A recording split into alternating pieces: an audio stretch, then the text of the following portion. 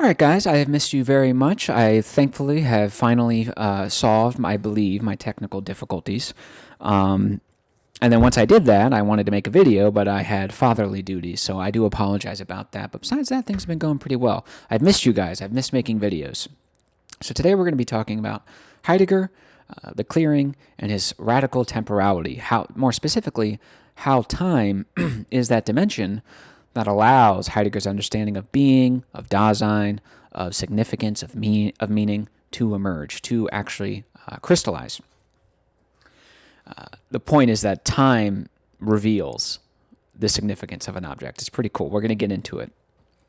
So I'm not sure if I'm going to put this in my Kill Rationalism or Seeing the World Integrally, but hey, we want to transcend the either or, right? So maybe I'll do both. So the thesis for this video is that the fact that past and future are simultaneously present and efficacious with the present, or better yet, past and future shape the present, well, that temporal horizon is what we're going to call it, is the deciding factor that allows being or significance and meaning of an object to be revealed. So what Heidegger is doing is he's not really concerned about the rational perception of an object, of codifying that object as an ontological thing onto itself. This is the laptop. This is what it is, right? This is a laptop. It's a computer. Okay.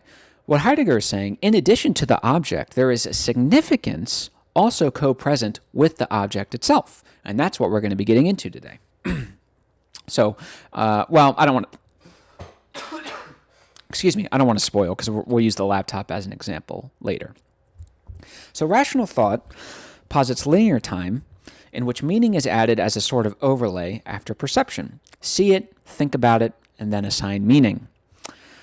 Rational thought says the present is primary and meaning is added later. So we have the present, and that's first, and then meaning comes after fact as a sort of overlay on top of the on top of the object. I'm sorry, I just recorded a Gebser video, so maybe my brain's running a little low.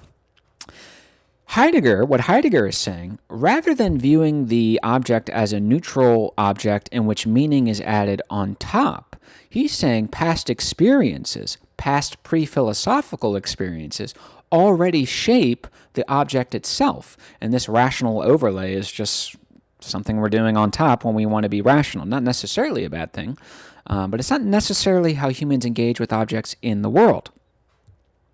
The present is already meaningful and is shaped by the past and projections of the future.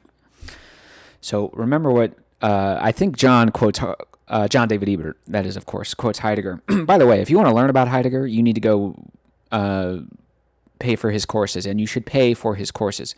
Email him. Don't do Teachable because that's crap. His courses are amazing. The carpenter has a pre-philosophical understanding of what it means to be a carpenter. So rather than only being a carpenter because he's detached himself as a sort of detached subject and is rationally analyzing and attributing meaning to the act or the object that is a carpenter, rather the significance of what it means to be a carpenter is already co-present in the experience. So Heidegger's idea is that there exists already a world of meaning and significance. The clearing makes this possible, makes this significance perceptible. We are then thrown into that world, the world, of course, being shaped by past experiences. We project possibilities onto the objects in the world. Once the past and the future meet and integrate into the present, the significance of an object is disclosed, and then we engage with the object and use the object based on that significance. Simple? Simple. There we go. So the rational perception of just the object is fine, and it was probably necessary because, yeah, I guess you could talk about it. It's difficult to talk about the significance of an object without having a rational, solidified understanding, or at least sufficiently rigidified understanding of what that object is, or what are we describing at that point, you know what I mean? So that's pretty much how it goes, right? Simple. I almost don't want to explain it anymore because I don't want it to be unnecessarily confusing. Because Heidegger, I'm not super familiar with his ideas, but I know he can be very obscure an obscurant, and he can be very difficult. So I'm trying to just be as simple. This is going to be a short video, by the way. So now let's run into examples, because I think examples will bring this to life. So let's take the laptop I'm using right now.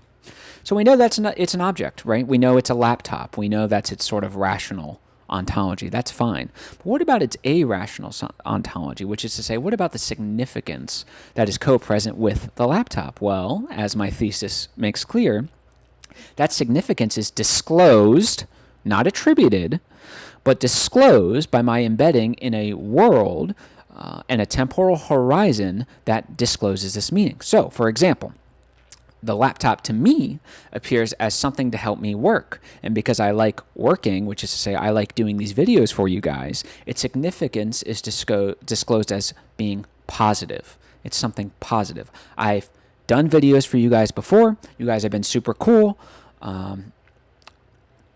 I think it's challenging. I have all these psychological benefits of doing that.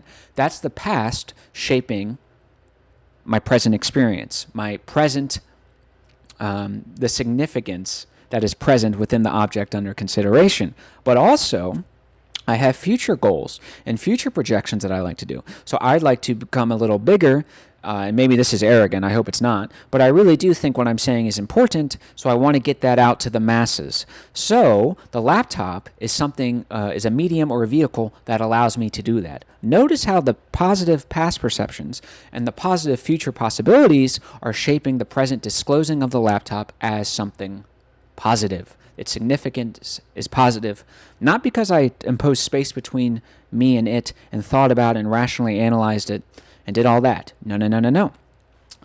However, when, emphasis on the temporal, I'm using the laptop for school, the same object discloses a different significance, in this case, a negative one.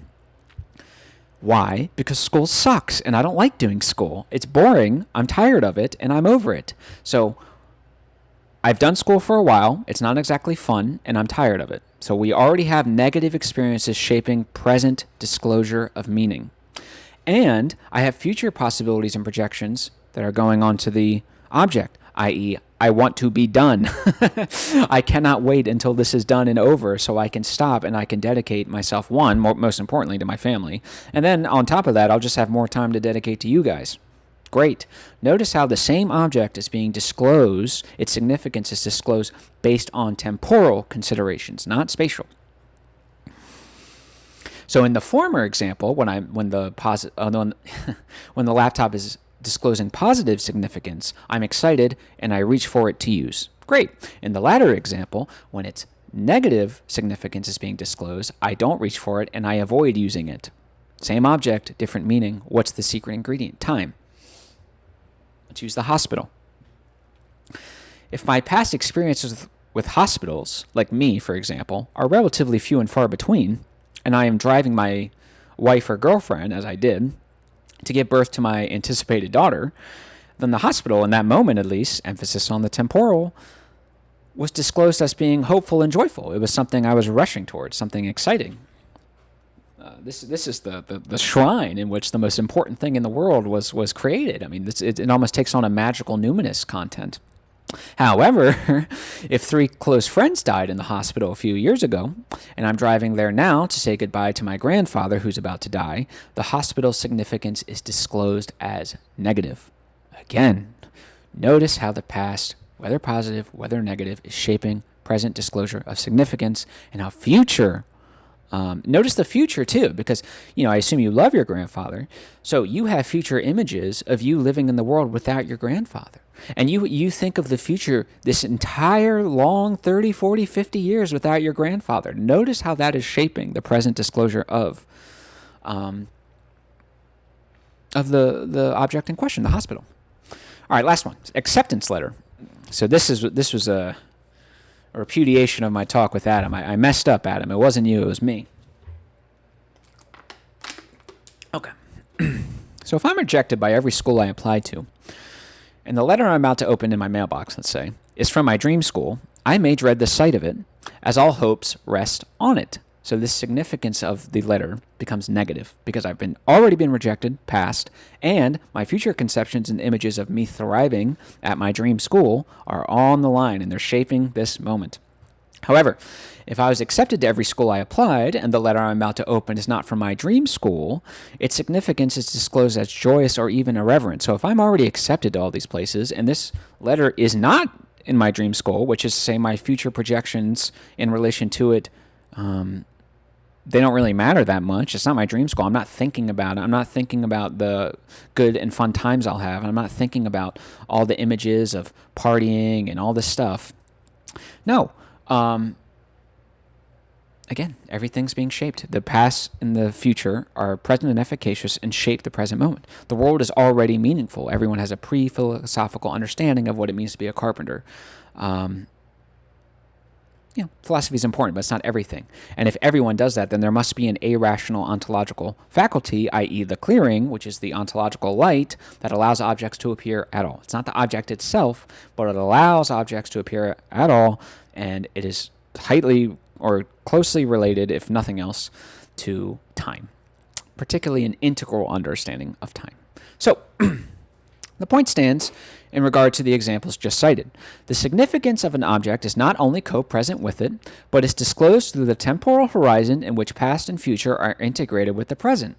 The meaning of an object is not statically attributed by a detached subject engaging in rational thought, but is dynamically disclosed by the clearing based on temporal factors, not spatial ones. If I walk into a classroom, this is interesting. John David Ebert made this point in his school. If I walk into a college classroom, right, and I see a whiteboard, not only will I have perceived the whiteboard, as an individual object unto itself, separate and distinct from other objects, but it might appear positively because I can see, based on past experiences of me going to school, elementary school, middle school, high school, I know that that is where knowledge will be written so that it can be transmitted to me.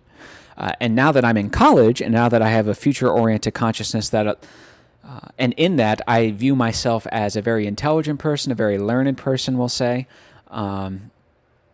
that's also shaping my present positive significance with this whiteboard, because now the whiteboard is that medium that allows me to enact my future images, that allows me to realize my future hopes of being a learned intellectual. Great, right? But what happens if someone in the magic structure, exclusive magic structure, walks in and sees that whiteboard?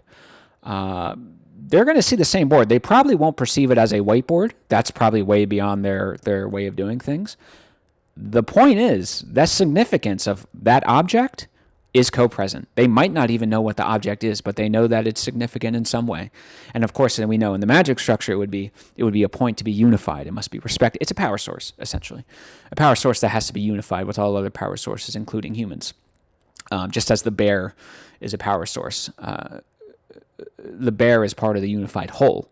You cannot just kill the bear and eat the bear, because in doing so, you are diminishing the life force of that unified whole.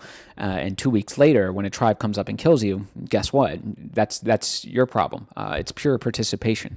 That's just how the world was to Magic Man. So, as far as I can understand, the faculty that allows us to understand the significance is co-present in both the rational understanding of the whiteboard and the magical pre-rational understanding of the whiteboard is the clearing. So that'll be the end of this video. Let me know where I got it wrong. Please let me know if I get something wrong. You're not going to hurt my feelings. I mean, I prefer if you're cool about it, but it is the internet. You don't have to be. If you hear me saying something stupid, again, it's really not important to me to be that intelligent. I grew up a C student.